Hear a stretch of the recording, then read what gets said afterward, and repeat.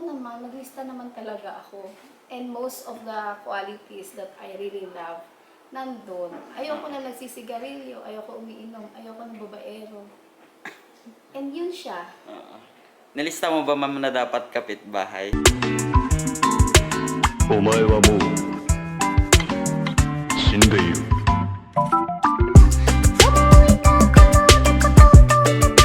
Para Grabe sa'yo, siya. para sa kanya. Si Lord na bahala dun. Basta, you know, you know, 君の虜になってしまえばきっとこの夏は充実 hindi ko naman siya playmate that time. Hindi man kami nagpapansinan. Basta, bigla na lang siyang lumapit. Ako'y tinamaan, puso'y tinamaan, sadyang ikaw lang. Good morning, everyone. I am married for the past 31 years and blessed with 2 daughters. When I sat down and reflected on my marriage to prepare for this brief sharing, I felt grateful for these blessed years of being married to my first and last love. Tuod na, first love ko siya. First love ko siya. Ako'y tinamaan, puso'y tinamaan, sadyang ikaw. First boyfriend. Daming ad-lib na. May ano ba yan, ma'am? Tawag nito, classmate mo siya? Kapitbahay. Ay, kapitbahay. Yes. Friends. Friends kami dati. So, ang true love na sa kapitbahay. Ako'y tinamaan, puso'y tinamaan, sadyang ikaw. For me and my husband, we believe that marriage was designed by God and that we reached 31 years and counting because of His love and grace. It is true that being married is not always a bed of roses. There are trials and difficulties along the way, but we always hold on and manage to adjust. But we are committed to one another even when there are times we don't like each other. We supported one another's professional development, and I owe him a lot for recognizing my potentials and helping me to pursue a career. We still take time to go out on a date until now, even if it is just a joyride and sharing a drive-through meal because of the pandemic. I still receive my favorite dark chocolates during our anniversary and other special occasions after 31 years. I feel like I am still his girl. I feel like I am still his girl. 君の虜になってしまえばきっと Para sa'yo, para sa kanya. For me, marriage is a place where 2 people can feel loved and accepted despite of imperfections. We ascribe to the Lord our wedded bliss through the years. In our marriage, God is our third party. It is said in Ecclesiastes 4, verse 12, "A cord of 3 strands is not easily broken." The more each of us grow closer to God, the more we grow closer to one another too.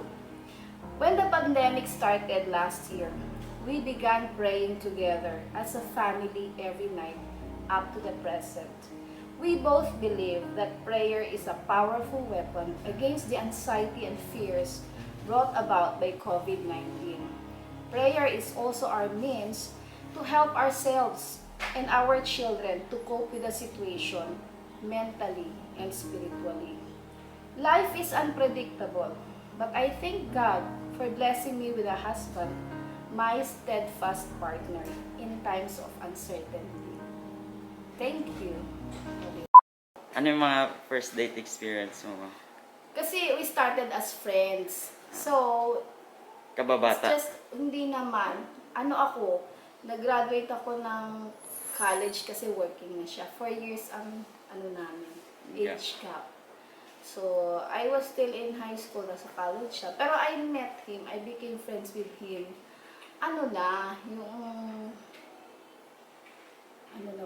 Fourth year college. Late bloomer ako eh. Yes. So, Strict ang nanay ko, bawal magpaligaw. Nung panahon ninyo, Oo, ma'am? study first. Kailan mo na-realize na siya na talaga, ma'am, yung pakasalan mo? Nang niyaya niya ako.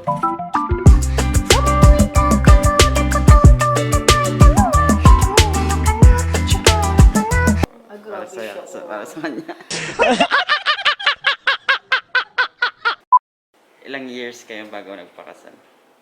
Siguro 2 years of friendship. Oo. Wala kaming courtship. Diretso na kasal na?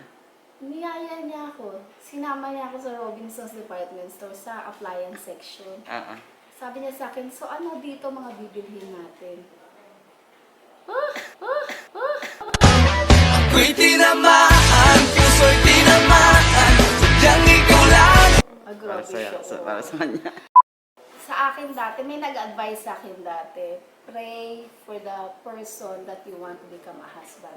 List down what you really want for your husband or wife someday. Ang totoo naman, naglista naman talaga ako. And most of the qualities that I really love, nandun. Ayoko na nagsisigarilyo, ayoko umiinom, ayoko ng babaero. And yun siya. Oo. Nilista mo ba, ma'am, na dapat kapitbahay? お前はもう死んでいる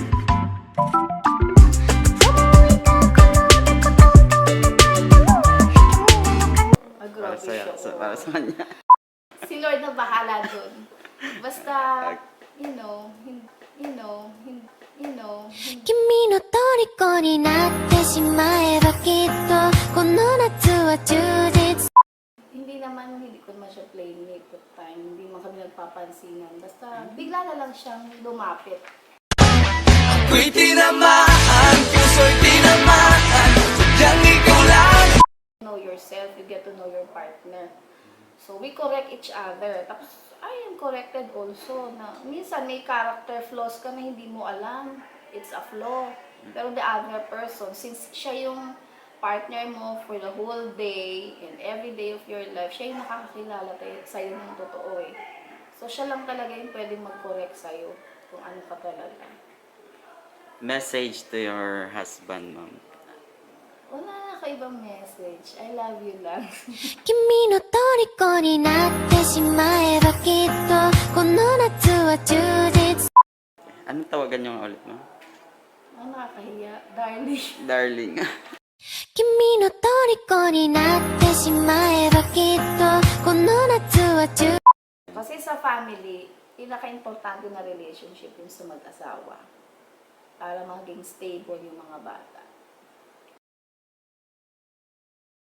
Ilang ka years ka mo, ma'am? Sobra din 1 year. Ay, anong tawagan niyo, ma'am? Wala lang. Ha? Wala kayong tawagan? Wala. Like, ano, be, mahal, ganyan. Wala lang. Pangalan lang. Hindi ko lang siguro ako na... Anong pangalan niya, be? Ay! Ang sarap naging single. When someone is single, people would... गुरु हंसते हो गया Scan ano, ma'am, ah? Stick? Oo. Mag-stick tao. Dito ka sa pakotya ko lang. Ito po yung ref ni Ma'am Juby. Gaginaruan. Wala ko pa na kayo. Na. Ubus na lang ako ng mga stocks. Sir, pakita mo kay sa kanila yung bao ni Ma'am Juby. Yes, habang nasa labas ang ating kaibigan Joby, alamin natin yung kanyang baon dito sa kanyang office. Ito ang kanyang pang-merienda. Tawag dito is pinana. प्रश्न सोध्नु न Tingnan nyo sa malayo, medyo malaswating na, pero bula-bula po to siya, no? Tignan mo nga, sir. Tignan mo nga. Mawawalan tayo ng friendship. Ito naman ang kanyang, sa sobrang hirap ng buhay, siya nakabili ng bago, guys. At ang laman ay talong. Sandali, pag itagpatabi po natin yung itlog na to, at saka yung talong na to, yung labas po ay saging. प्रश्न सोध्नु न Ito na, sabi ko. To, itlog. Itlog, saka talong. Gaya mo pagkain ng mga single, itlog, talong, banana at At bulabol. saka mangga, di ba? Ganyan pagkain. Pros na sunod na. When someone is single, people would always ask, why single up to this time? Pihikan? Bigo sa pag-ibig. No! Being single is a choice. But wait, if someone comes along, well, all I could say is, your will be done, my Lord. I don't close my doors if the right man that God has prepared for me will come. At present, what makes me happy as a single? Simple lifestyle. I am contented with what I have. I only buy what I need and necessary. No utang, no stress. Inner peace. I can sleep well at night because I know in my heart that I have not hurt someone else. I have a good relationship with my family, especially with my fellow workers. And never say no to someone who asks for your help. This is what Jesus is telling us. If somebody needs a help, then we should be ready to lend a helping hand. We should reach out because life is about sharing, especially if we have your time, if we have your talent and your treasure. Share. And the moment you share, that makes you happy. G. God is my number one. Number two lang ang mga boys. I pray a lot. And I see to it that I strengthen and nourish my relationship with God. L. Laugh a lot. I laugh even at my own mistakes. Laughter is the best medicine. E. I eat a lot. I love to eat because at the end of the day, I want to eat because I'm so tired. My struggles. I think I have no struggles because as what I have said, God is my number one. I have everything and I am whole. To be happy as a single is just a matter of attitude.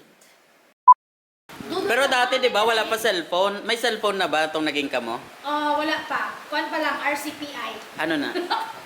Mag-send ka ng mga cards through RCPI. Daw, Ano ganina sa RCPI sa Fransura? Basta inyong kuwan ka bala magkato ka dito. Daw JRS, daw mo na balahaw. May mga cards na sila, doon pili ka lang sa card, tapos i-type nila ang message and then i-send nila sa imo. So itong college ako, I'm always excited. May sulat Junior Marte. お前はもう死んでいる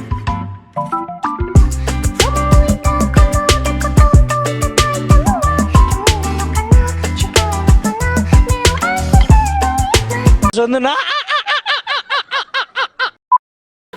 pila ka, mamang ma-receive mo sa tong, di ba may ex-boyfriend ka? Ex-boyfriend ka?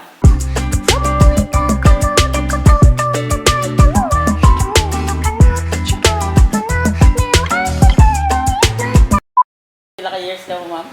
Sobra din 1 year. Ay, anong tawagan niyo, ma'am? Wala lang. Ha? Wala kayong tawagan? Wala. Like, be, mahal, ganyan. Makablangin ka, hindi ko na. Wala lang. Pangalan lang. Hindi lang siguro ako mga... Anong pangalan niya, be? Ay! Ang sarap naging single.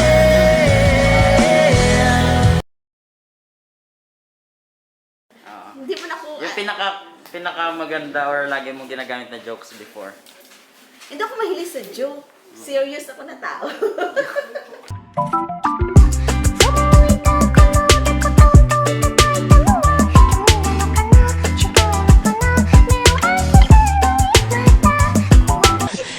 प्रश्न सोध्नु न Ikaw ang seryoso or siya? Ano yung seryoso? Seryoso na. Ako, at siya din. Ay, siya? Pero serious din. Pero anong tawagan niya dati, sister? Ayan, pati mga tawagan.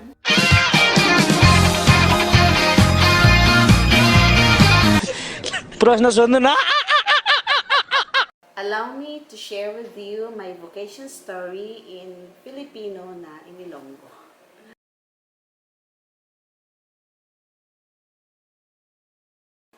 Noong ako ay elementary at high school, wala pa sa isip ko yung pagmamadre. Meron akong ibang pangarap sa buhay. Simple lang. Magtatrabaho sa bangko, magkaroon ng sariling pamilya, magkaroon ng sariling bahay na punong-puno ng halaman at mga tanim. Pagkatapos ng high school, akala ko hindi na ako magka-college dahil sa kahirapan. 7 kami na magkakapatid. Mag-grade 3 pa lang ako nung namatay yung aming father, ang aming tatay. Full-time worker ang nanay sa parish, sa church. At wala kaming sariling lupa na sinasakahan or klarong source of income. Kaya, nag-aral ako sa MSU Jensen kasi public school siya. Pero 1 taon lang ako doon. Naghanap ng mapapaaral ang aming parokya ng Tantangan. Dahil worker ang nanay ko doon, isa ako sa 2 pinadala sa Cotabato City para mag-aral. Doon, namulat ang aking kaisipan tungkol sa buhay at pagsisilbi. Na ang buhay pala ay hindi lang para sa sarili ko, para sa pamilya ko. Kailangan din pala makinig at makialam sa kalagayan ng ibang tao, yung tinatawag nila na sense of others. Sa time na yon, hindi ko pa rin naiisip na magmadre. Sa isang retreat sa parokya, meron ako na-encounter na mga salita na nagsasabi, I love you and I need you. Narinig ko yun sa aming speaker. Ang dating sa akin, parang boses ng Diyos na nagsasabi sa akin directly, I love you and I need you. Na parang tinatawag niya ako ng buong buo at mamuhay ng para sa kanya lang. Ayaw ng nanay ko kasi sabi niya, isa lang tama na. Kasi yung panganay namin, eldest namin, ay madre na o hindi sister na. So tinago ko yung aking seriousness na pumasok. Dahil naisip ko na baka nga hindi nga talaga ako magmadre, hindi para sa akin ang buhay na to. So tinago ko ang aking paghahanda at pag-iipon ng mga kakailanganin para pumasok kagaya ng puting panyo, puting kamison, at puting damit at iba pa. Tinago ko yun. Sa kabila ng mga balakid or opportunities man na makapagtrabaho, pagkatapos ko ng college, sinubukan kong pumasok. Sabi ko nga sa sarili ko, susubukan ko lang na sasagutin ang panawagan na yon. Sabi ko nga sa sarili ko, wala namang mawawala sa akin pag pumasok ako. Eh kung hindi ako para doon, edi lalabas. Sa katunayan, kung lalabas ako, wala namang mawawala sa akin. At hindi ko pagsisihan. Kasi baka nga talagang tinawag ako, kaya susubukan ko. Hindi madali ang buhay, madre, pero kung bukasyon mo talaga, kahit man sa kahirapan, may kasiyahan, yung treasure nga. Mahirap pero mayroong inner joy, inner peace. Yun ang treasure para sa akin. Masaya kahit walang sariling pera o material na pag-aari. Masaya kahit walang asawa o boyfriend.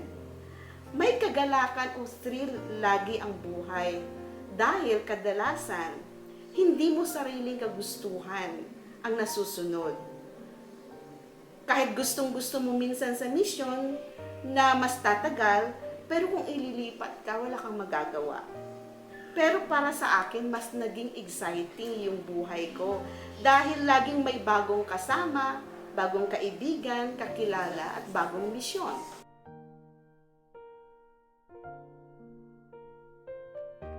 Kailangan ng malalim na ugat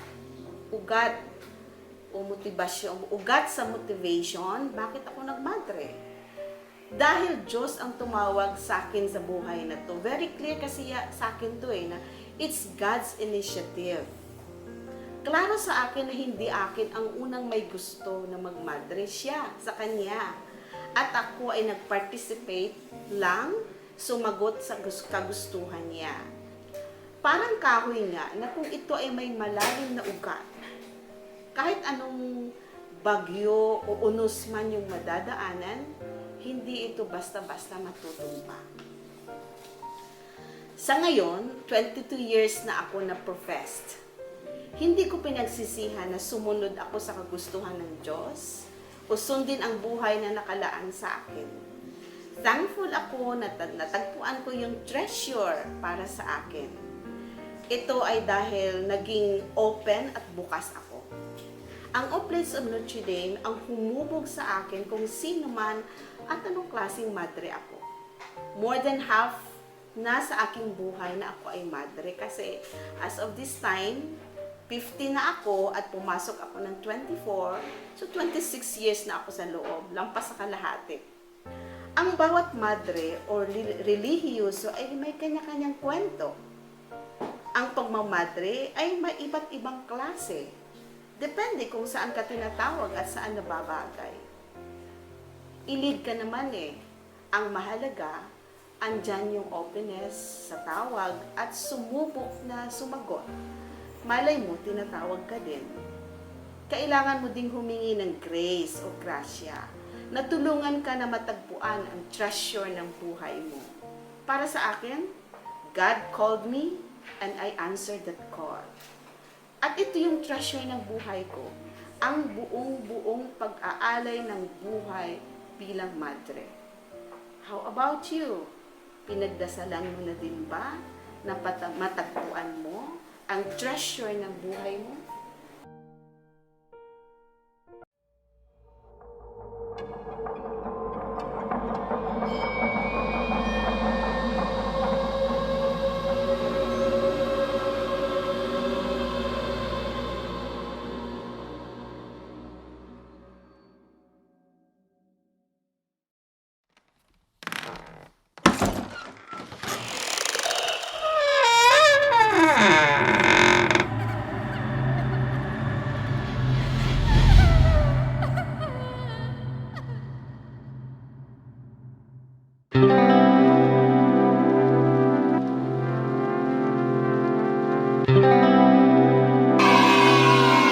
Hello, my name is Brother Petero Hurley Nabuko, and I am a Maris brother, and I'm from Fiji. I have been a brother now for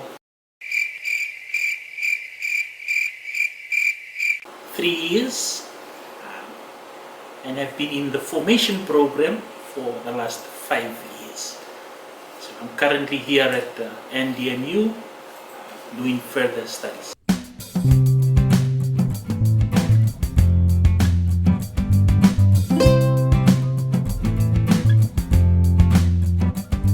My vocation story is quite simple. Perhaps being called to religious life, to be a missionary, was with me from a very young age. I felt that call to be a missionary back at home, especially with regards to my involvements with my parish. We had a missionary society that was looking after the parish. So I always would attend their programs and listen to the sharings, and it made me feel like, yes, being a missionary would be something I would like to do. And then later on, I think after working for some years, then the call came back to religious life. So I joined religious life and became a missionary with the Maris branch. So, and I've been with the Maris branch ever since. I think the call to be a marriage brother is something that I'm still discerning, still finding out more about, the life of being a brother. But so far, it's been exciting, it's been challenging. So, yeah, that would be my vocation story. So, Next, Sir Jarin. What else, brother? okay, that's good. What else can I say? I think one of the experiences of being a brother so far that I can share today is life in community. Right? So I have lived in a community of brothers, first of all, of different ages. Some are very old and wise, some are young, and some have a lot of life, some have a lot of spiritual life. So the joy of being in community is it's quite interesting. Huh? There's a lot of challenges I've faced in living in community, especially in an international community where there's different cultures, different upbringing, different personality, and the challenge there is trying to make it work. Trying to live in a community where yes, there will be some who will always challenge you and challenge me, especially to be a better person, to know more about my gifts and how I can contribute more to the mission of being a marriage brother. So community life for me so far has been that. It hasn't been smooth sailing or a walk in the park, no. It has had some rough times, but it's very exciting. So that's something that I like to talk about, community life so far. Yes. Okay, next question, brother. Can you tell us something about your love life before you joined the brothers? Love life.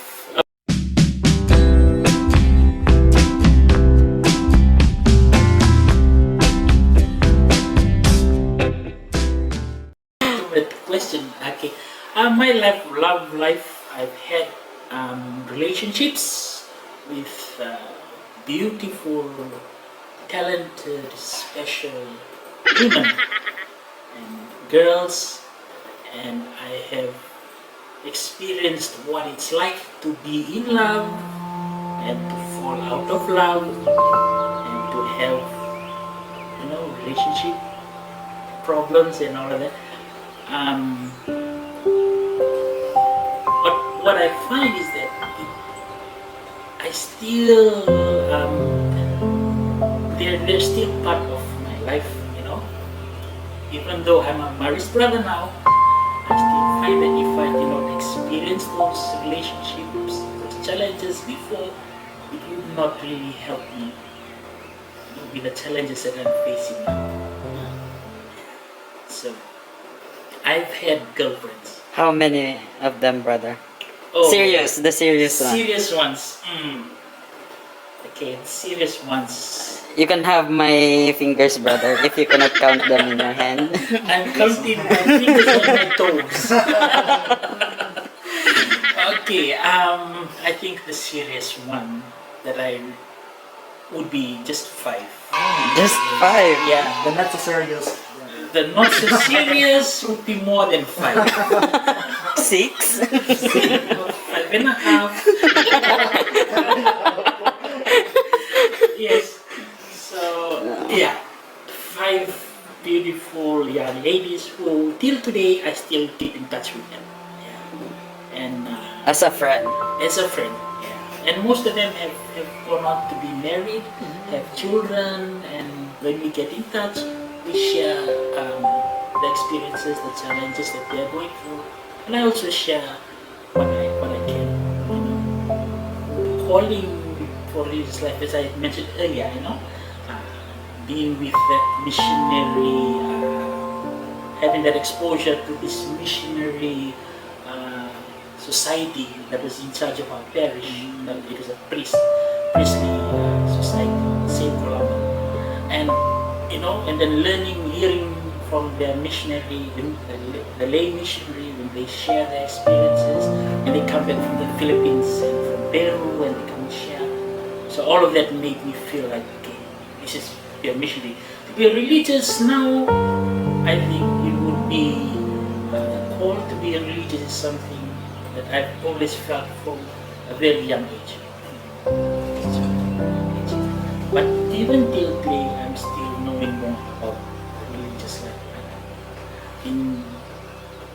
It's been 3 years so far as a religious, and I still have a lot more to discover, right? But it's been great. It's been challenging but great in that sense.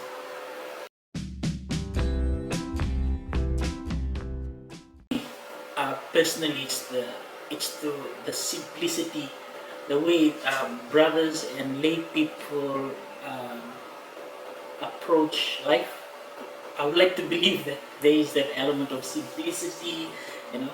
And sometimes I know that the marriage life, you get to meet a lot of people, you get to be in a lot of situations, challenging situations, you know, and different cultures, you know. So that element of just being present, that presence, you know, even though I may not understand what's happening, but just being present, and that's also something that makes me fall in love with being a married brother, you know, life. So simplicity and presence, yeah, would be. Okay, I'd like to invite, if you're listening out there, if you're watching, I would like to invite you to give religious life a try. I know that it may be something that you will grow into, but just give it a try. And that's something that I was invited to.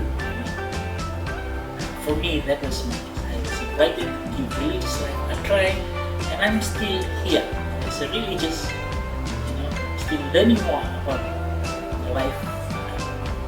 But yeah, my invitation would be that just give it a try and see what happens afterwards.